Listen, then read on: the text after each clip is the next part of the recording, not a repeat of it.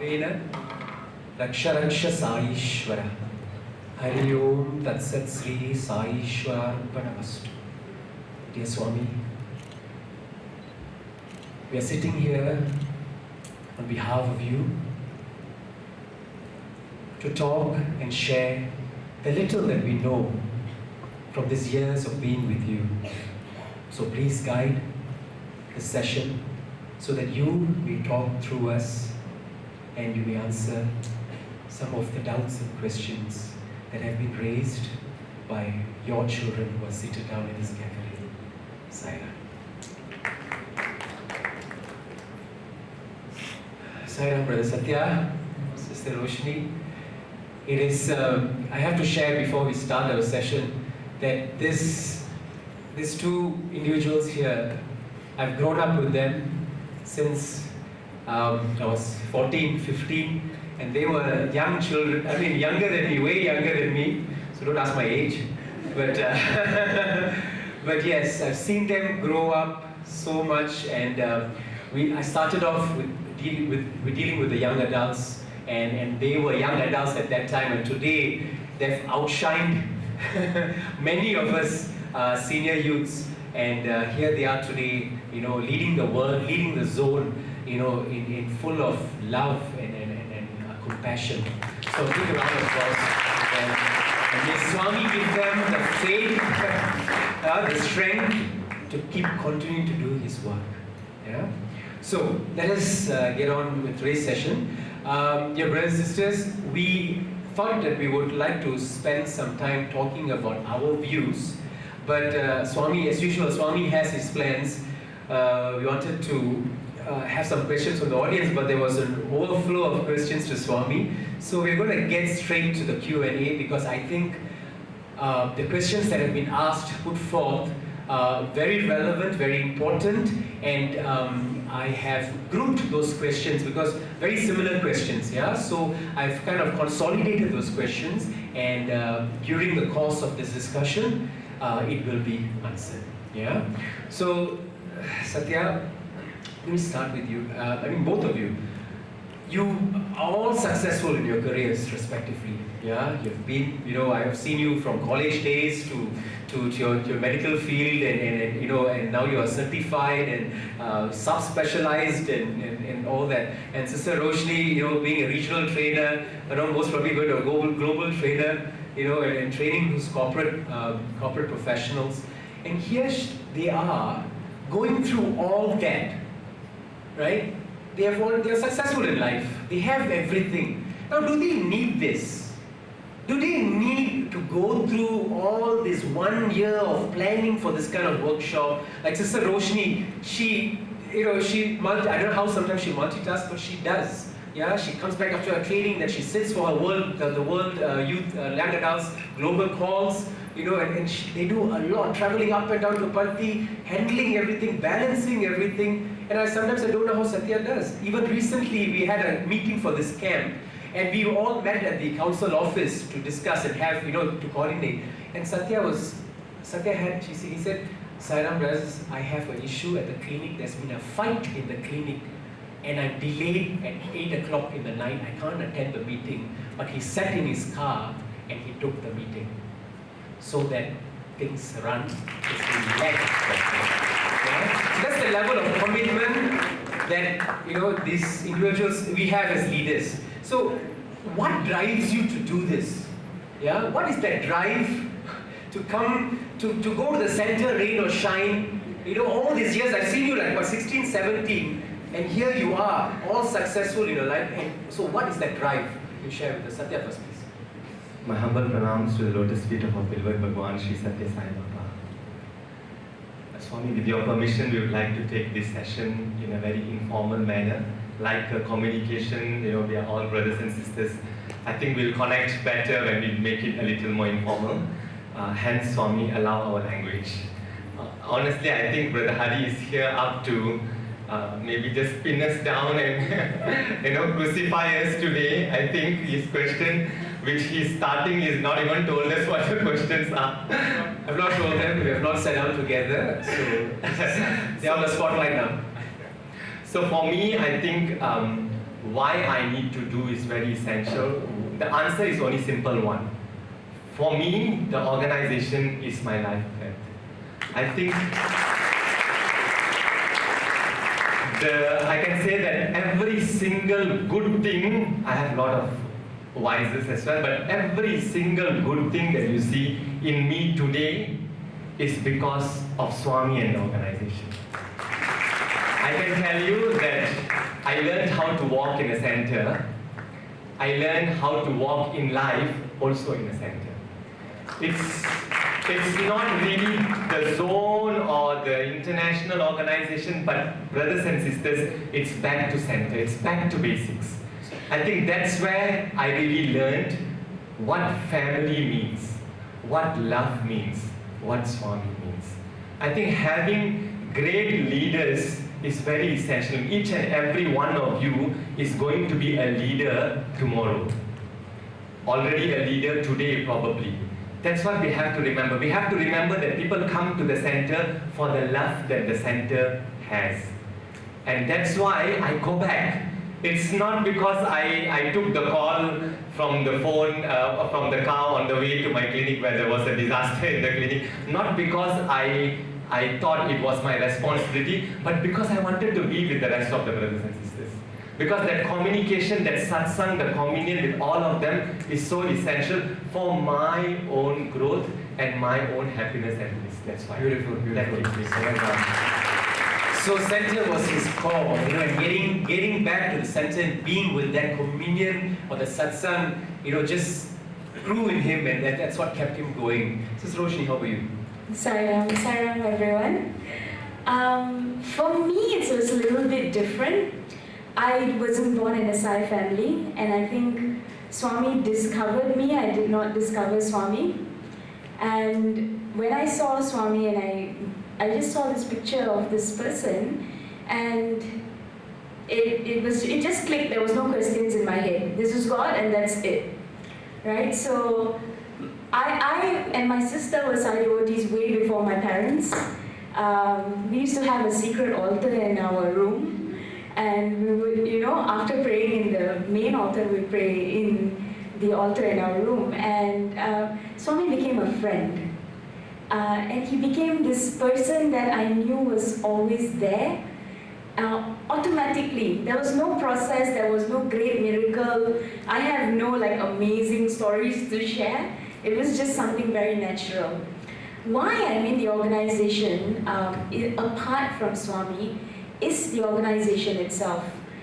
I've always felt like that I had an edge because I had this group of people who didn't judge me for what I did. There was this group of people who was always loving and able to accept me for who I was. And if I did something wrong, it wasn't that they would crucify me, they would tell me very lovingly. So it became this really safe space for me. And I think we're very fortunate to have leaders that encourage that. So every time I had an idea, I was able to put it forth and someone would actually take me seriously, which was very important. And that gave me confidence to do the same in the outside world. Because I felt like if I could do it in the center, then I'm not crazy, right? The ideas might be good. And it showed me that I had this edge over my peers. This space of safety, the safety net, gave me this edge to have that self-confidence to now put forth this in other spaces as well. So why I do this, I don't know any other way. I don't see the difference between work and Sai work. It's all just the same. And everything applies everywhere. So it's not like we put time aside for this and time aside for that. It's just the same thing. So very interesting. If I can just bring in the first question, which is very relevant to what she just said, right? She was not born into a family of Sai, and that is one of the main questions we had here at Swami's feet. I'm not born into a Sai family.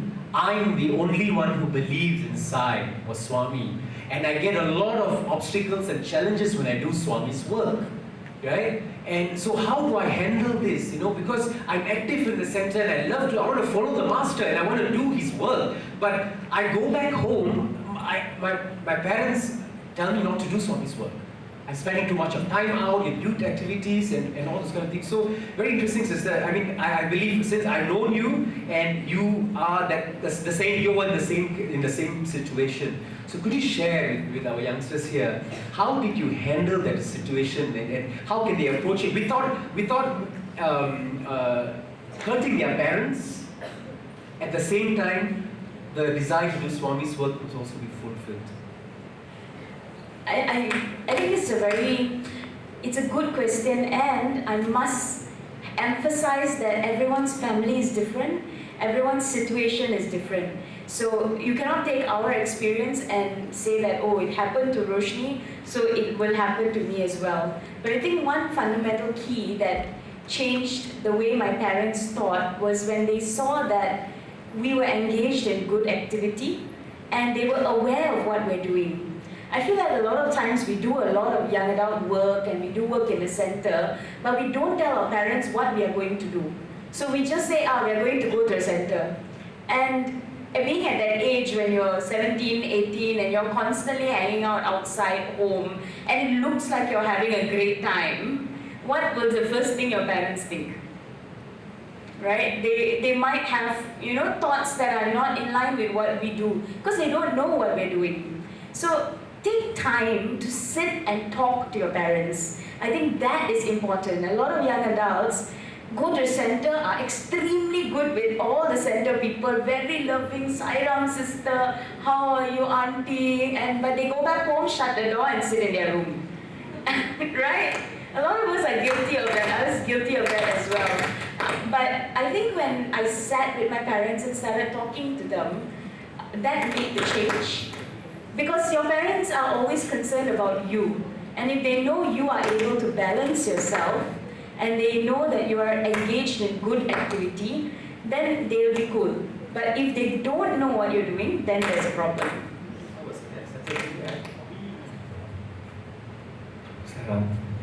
For me, I think, as was mentioned when I came up, I come from generations of Sai devotees, but it was not easy. Those who came from Sai family will think that those came in between it's easier for them. But those who came from the other side will think, oh, it's so easy for you to be in Sai family. Why is it difficult when you're born in a Sai family, especially like a family like mine? There's already 1,000 expectations out of you as a Sai child. Of course, when I grew up, I never asked a question why Baba is God, because when I grew up, Baba is God. Just like how all of us grew up, Krishna is God, Rama is God, and I grew up, Baba was God. But Baba is God. But how? It took me time to connect with Swami. Of course, I had that connection, because with Swami's blessings, I had Swami's physical proximity from young. But that concept of God, the all-knowing, omnipresent, omnipotent, omniscient, which I learned in Balikas, was a theory in my mind. But for that theory in the mind to sink into the higher consciousness or the soul, getting the body, mind and soul connected, took a lot of time. A journey that started at 3 years old. I remember, knowing Swami. Now if I think back, I know Swami when I was 3 years old, consciously in this body as Satya. But when I took Swami as everything in my life was much later. I think maybe when I was at least a good 12 years after that. That process is where that I had to gauge how it is for me to be active in outside world than inside world. So that became a bit difficult, and how I connected was, making sure that, that just like how sister said, making sure that we are good. I think every single parent just wants to see their children being good. That's the fundamental aspect. So a fundamental expectation. So if that fundamental expectation is solved, then they are happy with whatever you do. So with that communication and the transformation that happens, I think maybe as we put our body, mind and soul at Swami's and feet and surrender to him, saying that, Swami, you let my parents understand the situation. And then we do what we need to do. We do everything and we surrender. Fantastic, thank you. So, it's very interesting because for me also, I came from since birth, and I consciously only knew Swami since maybe I was 4 years old, But as he said, when you put Swami, this is God, pray to Him. And for me it was even more stricter. If I couldn't chant a mantra, I'll be caned. I had to memorize all the mantra. Yeah, and that's why this whole passion of learning Vedam and prayers and rituals and all that, it was ingrained in me since I was a very young boy. Literally. My mom used to sit down there, Vakratunda goes wrong, one whack. Okay, it was a painful experience, and of course it became very excruciating, and I used to talk to Swami as a friend. Swami, please, what is this? I wish I didn't know you. It's a painful experience for me, right? But eventually, that whole journey started for me when I was 14, and when I started taking Swami as a friend, and I think we all had that friendship. This whole journey with Swami connecting with the inner source has to start with a relationship. When we love somebody, husband loves wife, wife loves husband, you will do anything for that person. Yeah? Darling, please run to the moon, and you'll fly to the moon to go and get something. I want this, you go. Because you love the person, you will follow the person, as Brother Amit said. Right? So that relationship is something that we'll touch upon later as we go on. Thank you, Mr. Roshni. Since we are in this topic, the questions itself, so it was about in the Sai family. Secondly, it is about connection with Swami. Yeah? I think many of them asked about how do I connect to Swami? And it's a very, very valid question. We have all gone through that phases. Yeah, believing in Swami, having our doubts, and then coming back again through the challenges. The devil will pull and squeeze and kind of bring us back, and the mind will show all kinds of gimmicks and magic, right? So how do we connect to Swami? And one of the questions said that I'm here in Puttaparthi, I'm attending all the sessions, it feels nice, I'm inspired, but I can't connect to Swami. Yeah, I don't know, his chair is there, but he's just there, but I can't connect. So how can we connect with Swami? Mrs. Roshni, will you share through your experience in life? How do you do it? Sairam, again, a very individual question, right? Firstly, I feel the urge to say that you don't have to connect to Swami, he's already connected to you. That effort needs to be, I guess you want to put in effort, but even before you put in effort, Swami is already connected to you. Just have that trust. So whatever is going on here, like I believe someone said that in one of the speeches, even though you feel nothing or you feel like nothing is going on, some change is happening. I think Brother Ratnakar said that, yeah. Some change is happening, something is happening within you. You won't know now. But I've looked back at the years that I've come here or the years that I've been connected, and I suddenly realized, hey, when I came here in 2006 and I heard this, it makes sense to me now. Or I had this dream in 2005, oh, this is what it means. It might be 2015 now. And you don't know what is happening to you. So that connection already exists, even if you don't put effort. What you are talking about is the emotion. The emotion, that bhakti emotion, you're looking for that oh my God, Swami, you're wonderful, your eyes are coming out tears. That emotion you're looking for, right? And for emotion to exist, it exists because you are doing a certain activity. So the activity now spears an emotion, and that emotion, that feel, is what you are looking for. So if you want to look for emotion of bhakti, there are many different things that you can do. And at different stages of your life, different activities will bring out that surge of devotion. And I think this is a journey all three of us had gone through together. Yeah, at one point, all three of us were very interested in puja. We will constantly be doing puja. Every morning, Haryana rating, ding, ding, ding, ding, ding. To sleep also cannot.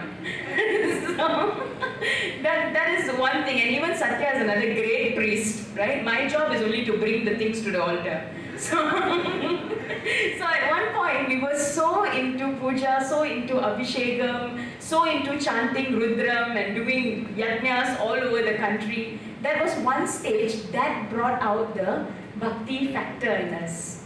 And as we grew up, another stage came to, like, I felt whenever I did a session like this, when I did a teen youth session, when I went for Balvikas, that brought out the feeling of, I would be so grateful. Swami, thank you for giving me this opportunity to somehow make people's life easy. Because these secrets that you've given us is super amazing. It's made my life easy and I'm grateful that I can share this knowledge. That was one stage. Another stage came when I first came to Parthi and I discovered Sai literature. I remember telling one of our brothers, I wish I could take all the books back. My bag will have like 3 Punjabi suits and like books. And you know, so much I used to read and read and read, and I experienced Swami's love through reading. Again it changed. I experienced Swami's love through listening to Radio Sai. I didn't listen to anything at all. I was a super nerd. I didn't know any of the latest music because I was only listening to Radio Sai. But even that changed. Now when I sit down on the global calls and I speak to young adults around the world and listen to the amazing stories that they have to share, that brings out bhakti in me. But always remembering, even that feeling is just a feeling. And if you don't do that activity at all, that feeling will go away. But even when that feeling is not there, the connection remains. The connection cannot break. You are not responsible for it. Swami is responsible for it. So, yeah, if you can add, Satya. I would like to add a bit, just speaking about emotion. There was one Swami said, emotion is one, but devotion is yet another. Just because we sit in darshan line and we cry or we get attached to Swami, that is not a measure of devotion. So don't look outside. Devotion is within. The connection to Swami, that is the most essential part. So when that happens, that like Sister Roshni said, no, just for the, if some of you have doubts, we were childhood friends and we grew up together. That's why this communication is happening this way. So when we grew up together, we all experienced different parts of bhakti. Jnana yoga, bhakti yoga, karma yoga. There was one, it still is that feeling of, I need to go and do medical camp in the northern part of Vietnam where the people have not seen doctors in their life. Do you know? I'm sure that exists in so many places. So like that kind of things comes and go. These experiences are given to us by Swami to make us experience different life facets. But it is all connected to that one devotion, which is Bhagwan Sri Satya Sai Baba.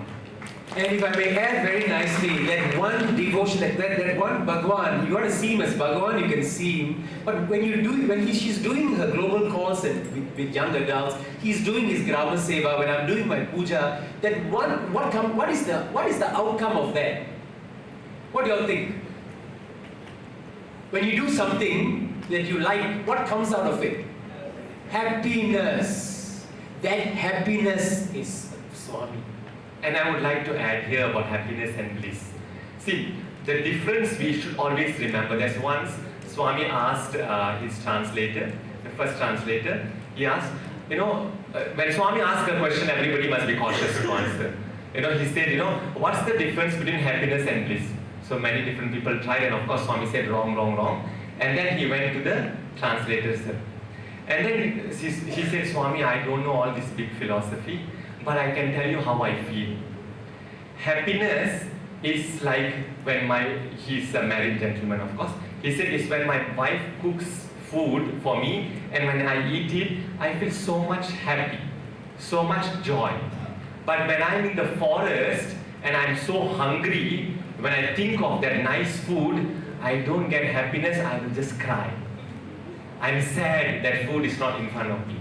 But bliss is, Swami, today I'm sitting right in front of you and you asking me this question, and this joy and happiness that I have, when I'm in the middle of the forest with all the hunger, I sit down and when I close my eyes and I reflect this moment, I will feel the exact same happiness and joy That's bliss, Swami. So, having Swami is the ultimate happiness, joy, and that word for it is eternal bliss. So that's cool. So coming back again, so thank you, Satya. Coming back to connection again. Connection is very individual. Yeah, it is every one of us, how we connect to Swami is different. I must say, the thing that keeps me, revalidates Swami's power and existence, that what we are doing is right or wrong, every time. Like for example, throughout these 3 days of program, everything that has been happening has been running in our meetings 3-4 months way before. And every time a guest comes and speaks, it just revalidates, and we look at each other and we say, my God, he just said the same thing we were talking about in the meeting. It's like this connection and the alignment is all, the universe has already seen that connection. Yeah? So don't worry about this connection so much. You are here. You are here right now in this land. You are here with Swami. Just be. Shantankar sir said, if you're sleeping, sleep. Fine. I'm not going to crucify you. Nobody's going to punish you. You're sleeping. People are tired, they sleep. But enjoy the moment when you're awake. Right? So don't crack your head too much about this connection. You are here. Swami has brought you here. Remember, everyone has said, you are here, you're lucky, you're lucky, you're lucky, you're lucky. You are lucky. And he will work his magic. And that's his problem. So, but you must just keep connecting. Just keep on talking. You do your work. You are here. He will take care of that. Okay? Now, the other part of it is a bit more of an organizational question, which I think Sister Roshni, being in the hierarchy of hierarchy of our organization in terms of young adults, maybe you can help us make us understand this. There were questions about a lot of office bearers and leaders are very close to Swami. Even when he was physically around, and even when he is not around now, they hold very important positions. But their conduct and body language and how they react and talk to people is not very befitting of being around Swami. And they are our leaders. Now, that's one part of it. The other part of it is, how is this fair? Yeah, this is not my question, yeah? This is questions that were put in front of Swami. I'm just sharing the question. Let me just make that clear a bit.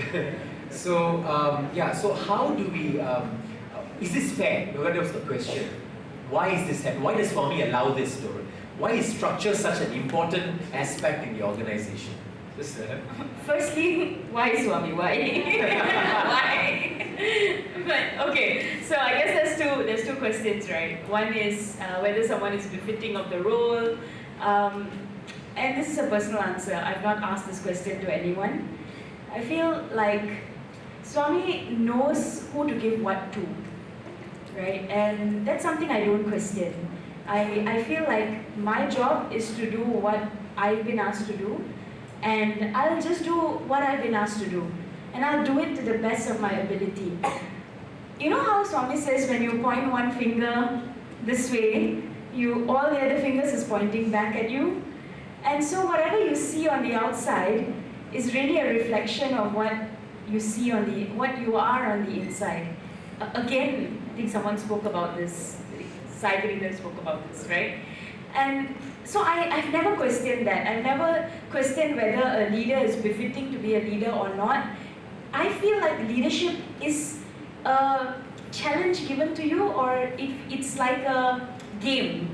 So you're going in a video game, right? And you hit a roadblock. Maybe it's a leader that you think is not befitting. How will I overcome it? That creativity, that ideas.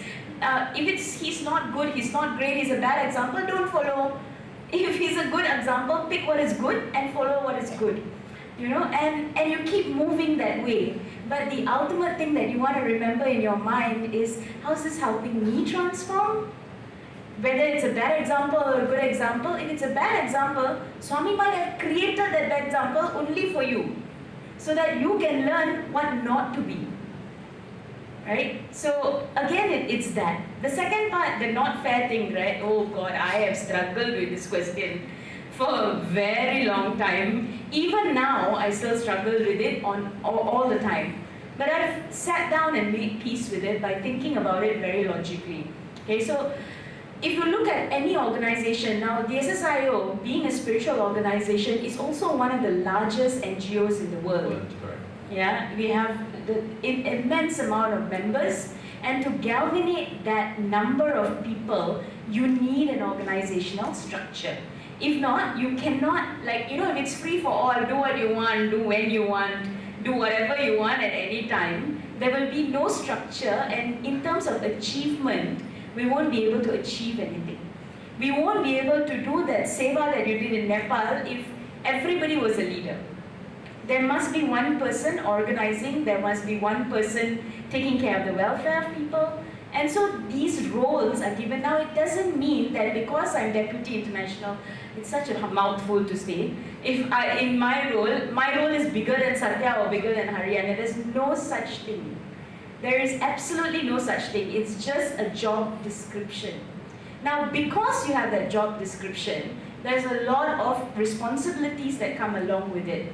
So let's take darshan for example. You see all the people with position sitting in front, closer to the samadhi, and they get up very quickly, they go for darshan, they take, samadhi darshan, and they're out.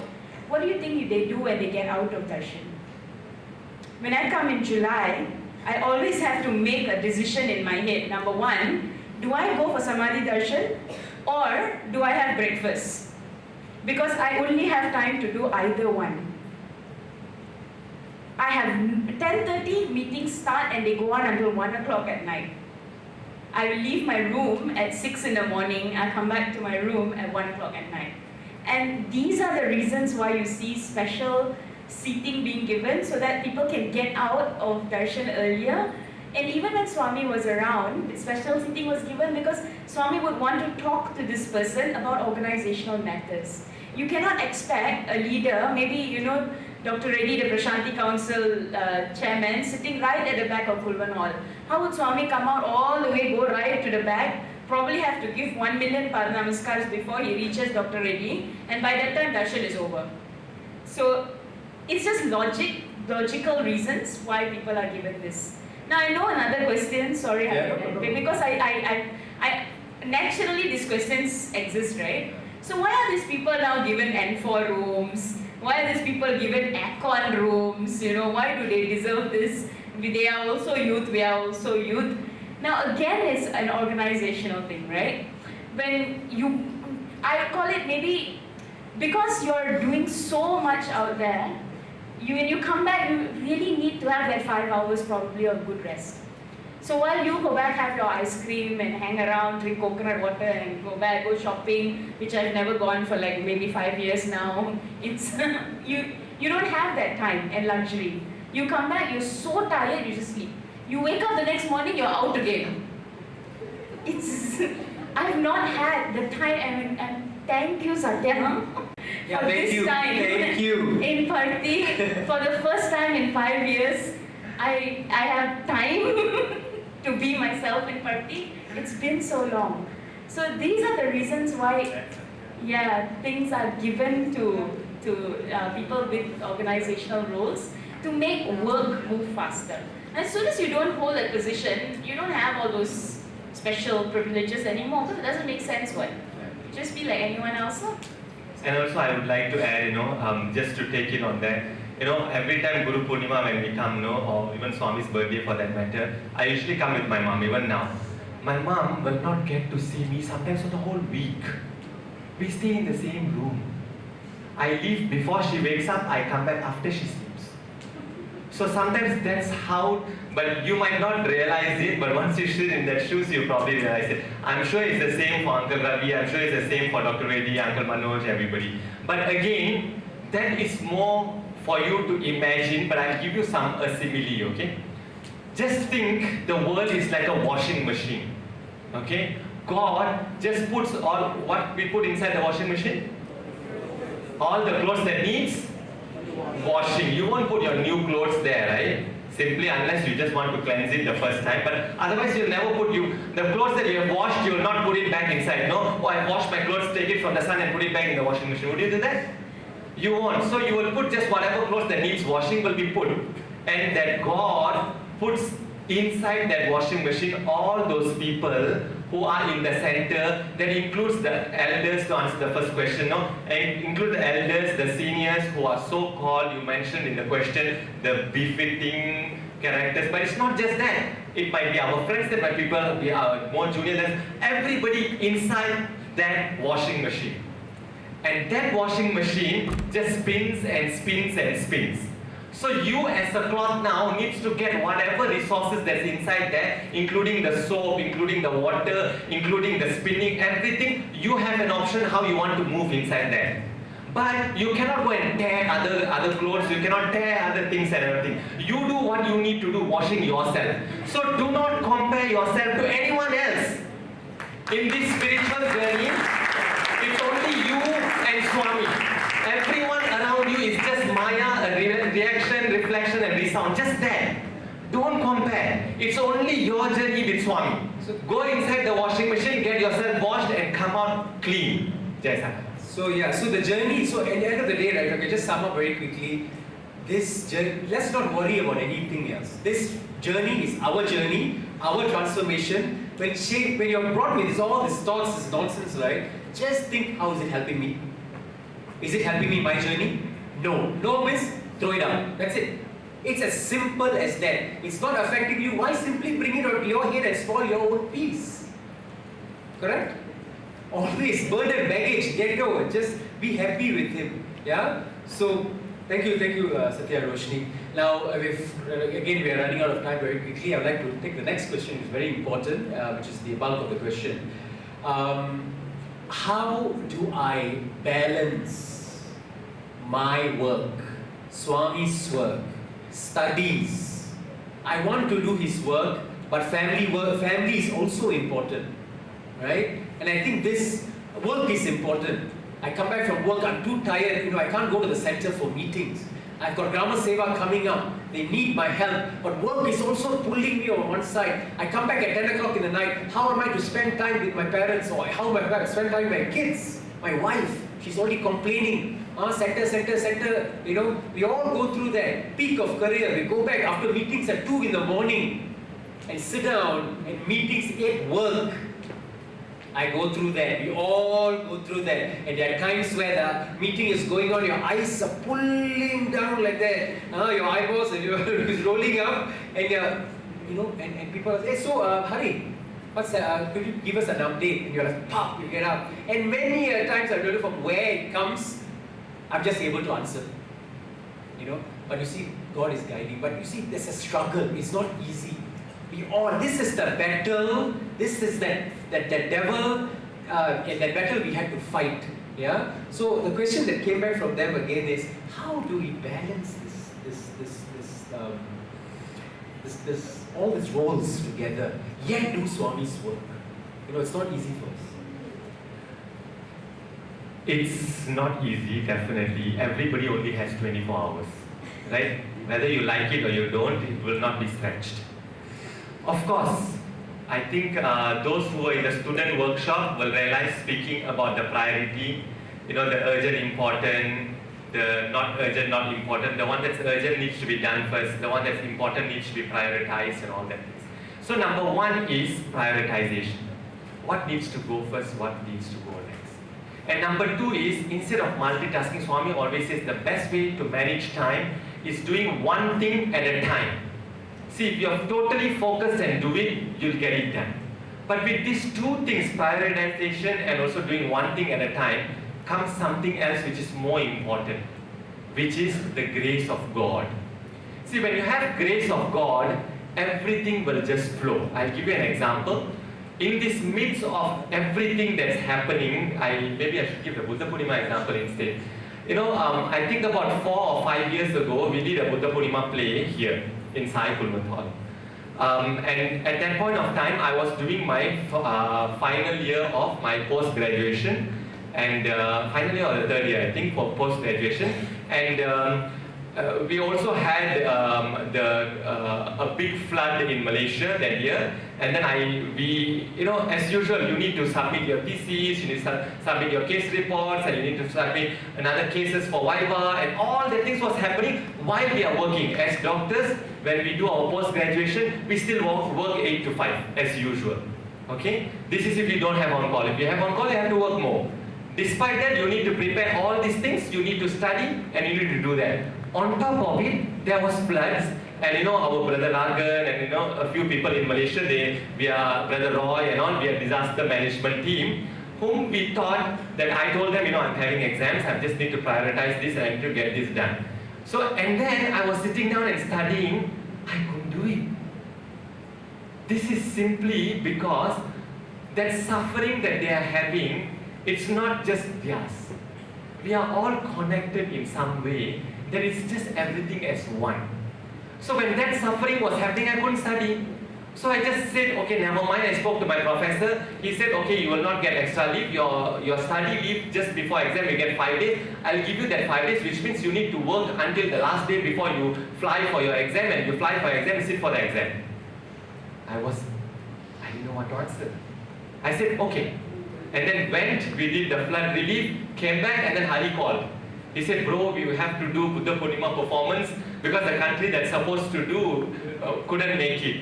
So after that, I said, okay, I will come. It's just like after my exam, let's see how it goes. And then for drama, you all know how much practice there is, this and that and all the things.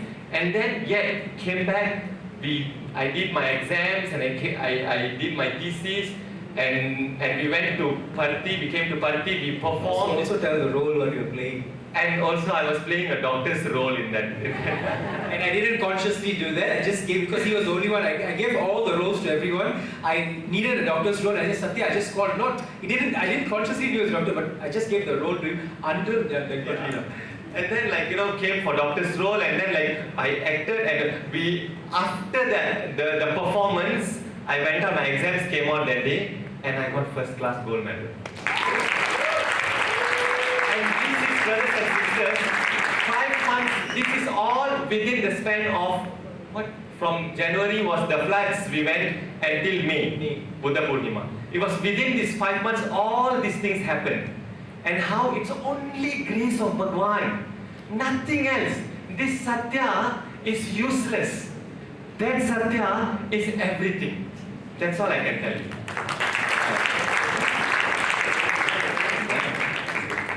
So, okay.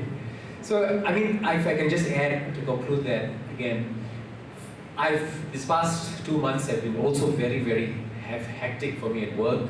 Plus this whole preparation for India and everything, and with my child, my son at home, and work, family, it has been tough.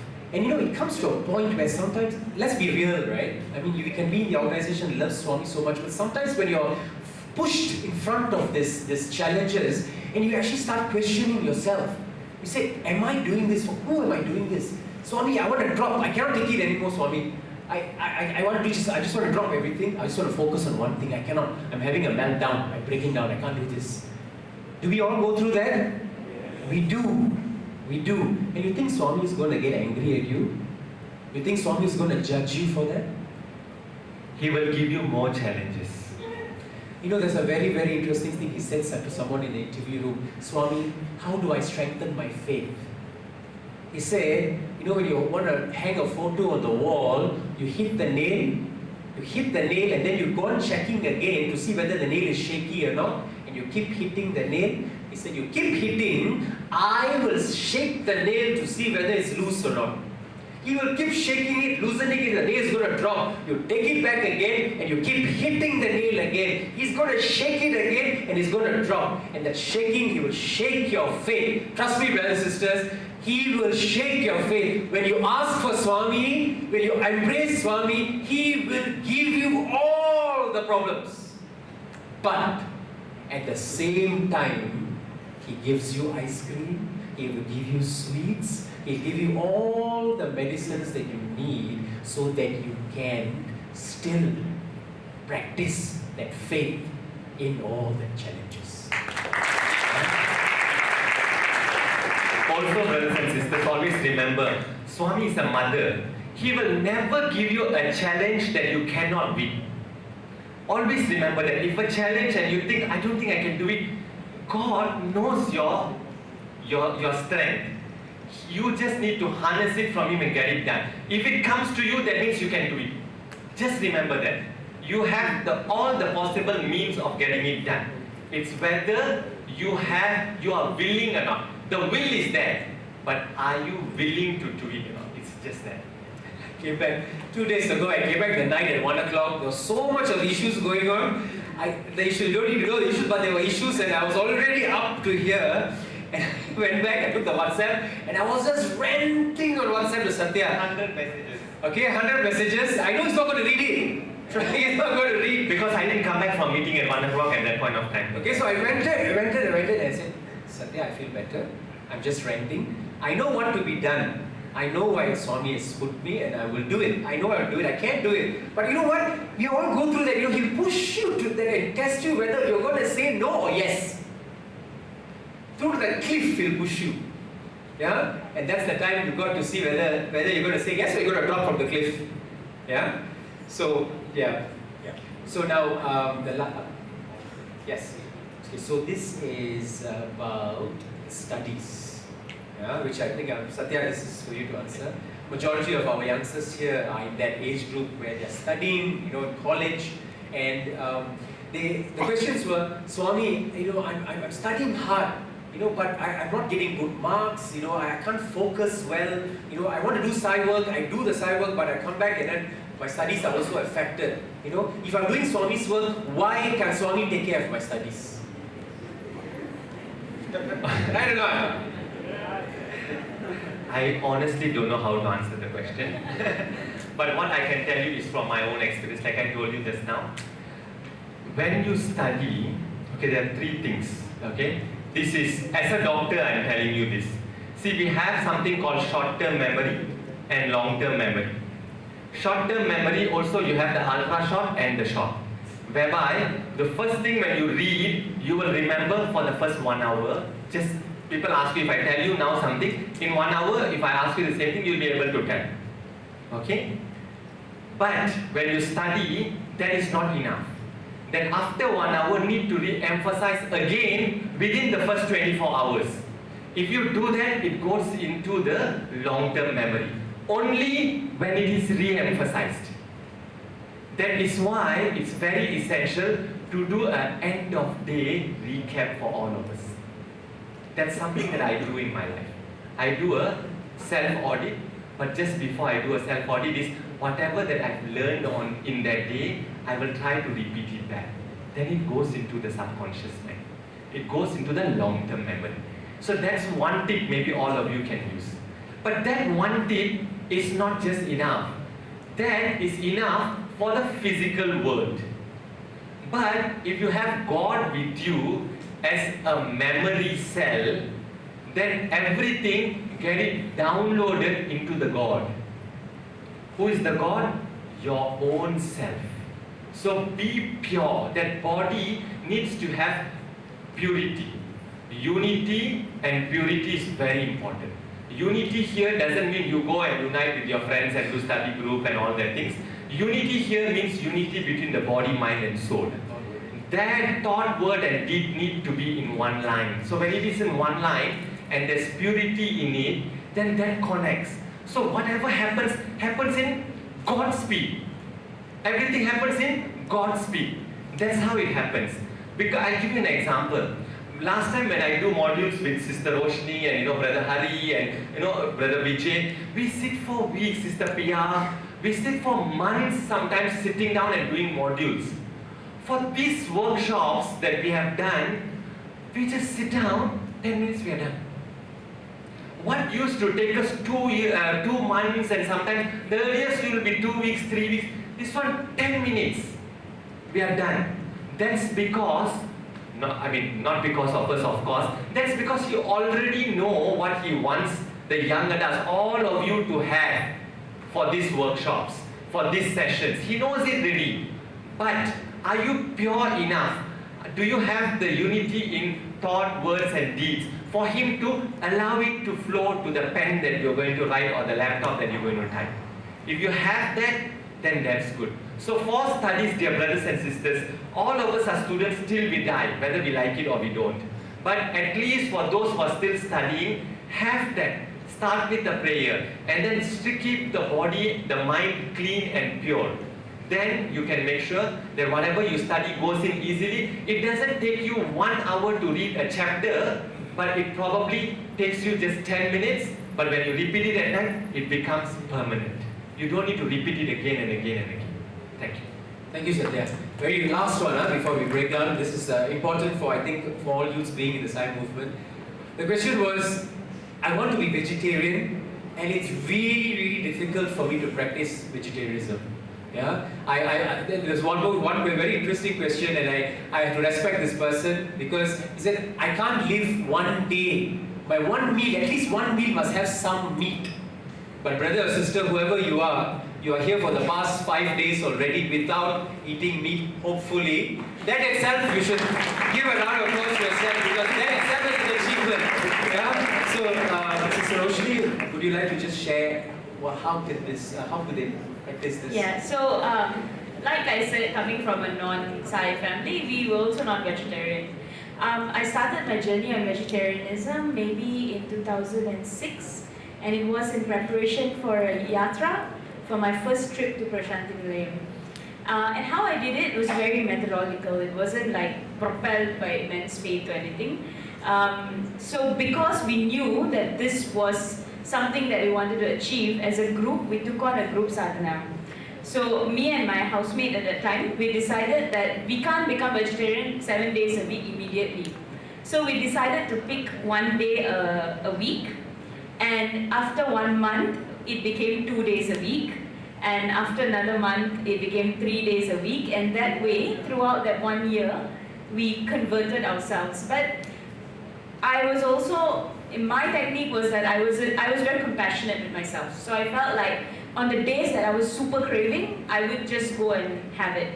I wouldn't, because if not, I'm eating meat in my head anyway. So, yeah, right? So I would. But eventually, it was a process of elimination, slowly. And I think with all vices, creating that habit similarly, whether it's eating meat or cigarettes, smoking or alcohol or just, excessive chatting or whatever, your phone, it's about gradual reduction. That worked for me. Your technique might be different. But what made us do that was because when I came to Prashanti Nilayam for the first time, I wanted Swami to be proud of me. That was what propelled that entire journey. So having that beloved in mind, what changes you would do, that was what happened. Yeah. Thank you so much. I think we have to stop for now. We have a few more, but we got to adhere to time, and Swami is always strict about time. We've got a long evening to go. So I think there's a lot of yearning, there's a lot of inquiry, the self-inquiry. This must keep going. Yeah, all of us, right? There's nobody who gave us answers to anything. This journey was between us and Swami, and if that quest and that sincerity is there, wanting to know something or wanting to change, trust me, dear brothers and sisters, Swami will give you the answer in some way or another. Or if you don't pray to Swami, the universe will conspire to come and give you the answer, and that's why you are here. So there is a yearning. If you have any more questions, please, we will actually flash our email addresses, Roshni and Dr. Satya's email addresses, and you can email them. Yeah, you can email them and they can get back to you. It'll be more, in depth. We're not rushing. But I think we've opened up a kind of a box of wanting to understand all this. So hopefully, the self-inquiry carries on from here. That is the most important. Don't stop after this camp. Tomorrow's drama, a lot of things to sum up this entire camp, and most of the questions will be addressed in tomorrow's drama, the closing ceremony drama. So please watch the drama, pay attention to it, and Swami will answer you through the drama, because the drama was written by the blessings of Swami. I have to say how and what, but trust me, it was blessings and it's meant for all of us. Yeah? So if there's nothing else to say, yeah, see the, please send it to this email address, your questions, and trust me, it will be answered. Yeah? Thank you, Swami, once again, for talking through us. We hope that the answers would have reached to all those whom you will to go to. Anyata sharanam nasti, tvameva sharanam mama, tasmat karunya bhavena raksha raksha saishwara. Om Shanti Shanti Shanti. Thank you. Jai Sai Ram.